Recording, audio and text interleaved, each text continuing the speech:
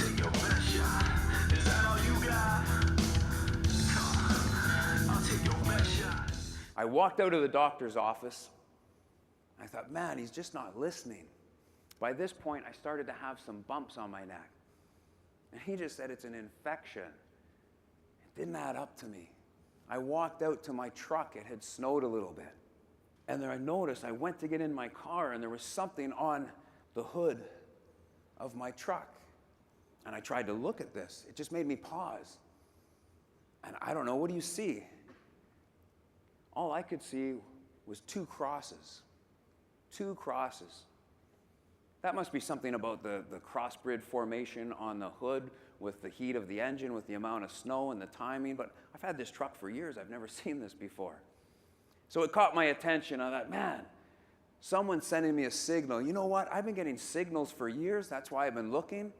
And I thought, honestly, this is either a signal for me that this is my grave and I'm too late for something, or it is like, you're almost too late. You got to giddy up. Like, wake up. Here's a signal. Do you notice this one? So I went back in and confronted the doctor and essentially got to where I was going to go. I saw an ear, nose, and throat specialist, and it took him about 45 seconds to stick a scope down my nose. Couldn't get anywhere because it hit something, went in the other way, pulled it out, and he said, oh my God, he said, that's huge.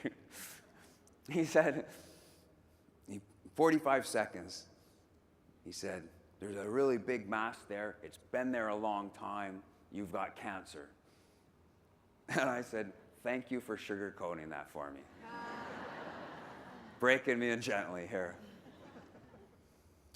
Had a primary tumor about the size of a baseball. And it sat in my neck and my head. It was about 2 millimeters from my brainstem, which isn't good news.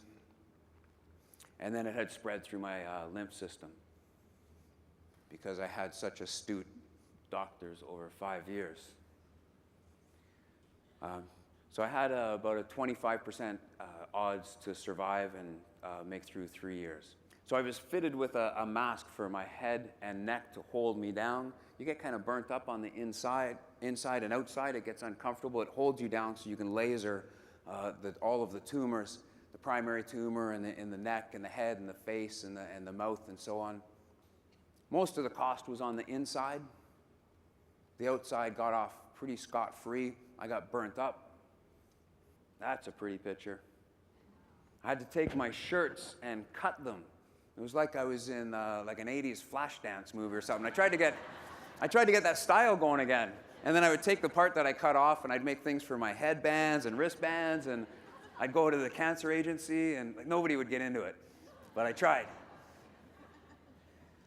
This is a gentleman that I met at a conference who, I met him when he was 71. He was retired and he was bored with his life, and he decided to go and watch a seniors track and field meet. After he got a trainer and coach and trained for a year, he entered his first meet. And he's won over 350 gold medals around the world for 100, 200, 400, shot put, and long jump. Mr. John Anoka. And it wasn't what I saw. I saw competition. I saw them in a full open stride. They were doing no adult jogging shuffle. Their hamstrings and glutes were good to go. It was an open stride. They were competing and they were smiling. Wouldn't you be smiling? They're thinking, I rock. I'm in my 90s and I'm racing and competing. You bet they are. How many of you want to be alive when you're 90? Yeah. How would you love to live a vibrant life when you're 90? It wasn't what I saw, it's what I heard. They were grunting. I heard, They competed. And the gentleman he was racing against dove at the finish line to try and break his chest. Look for competition and challenge. This is an athlete I haven't coached or mentored, but he was gracious enough to send me one of his gold medals from age 90, 2009, 18.01, 100-meter record holder. I carry this with me everywhere. I carried it to the cancer agency. I made my oncologist wear it around their neck so they knew how passionate I was. I was going to be their top patient I was going to be the most coachable. I was going to be the hardest working. I wanted it more than anyone. I respect everyone else. Deserves equal treatment. Give us equal. But I wanted them to know. I wanted to connect with them. I made everybody wear this. I made everyone want to be this. Months later, the cancer agency suggested I could start walking 2 or 3 times a week. They gave me a copy of the 1972 Canada Food Guide.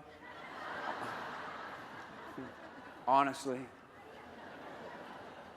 Let me qualify that with everything else was world class, and they were world class, and oh my God. Then they saved my life, and they were unbelievable people. But in those 2 things, that's where I broke all the rules. I broke all the rules. I'm coming back too soon, too fast, and if I'm in pain and bleeding and stuff coming out of my body and burnt up, I'm going for a hike and I'm going to lift stuff.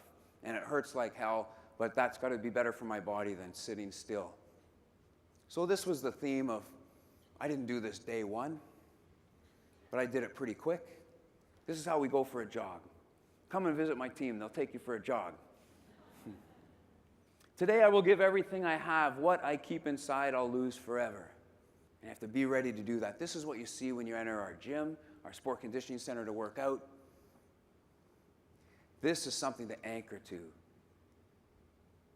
Give everything you have. When you do that, you'll do well. When you don't, you lose that opportunity that day forever.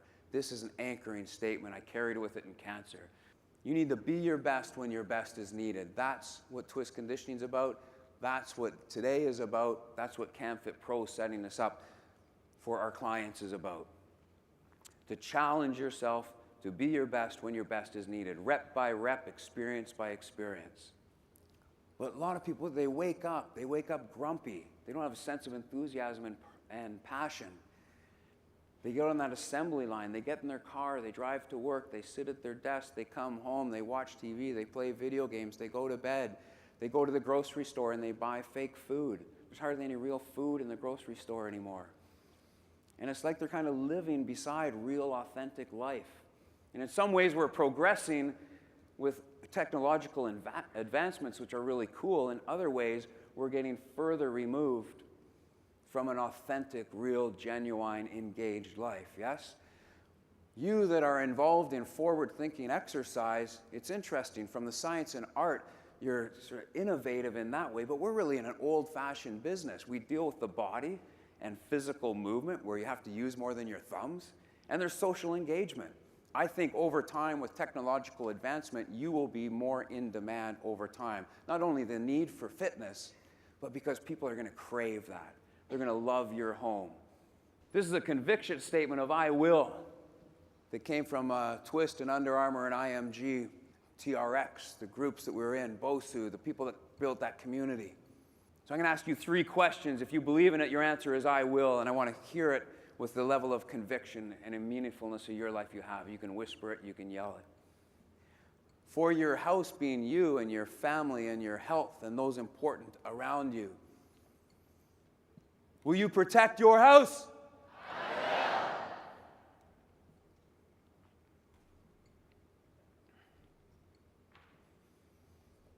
will. Will you be a game changer in your world? Last one to finish strong. You're going to go out, do whatever it takes. Be your best when your best is needed. Love it.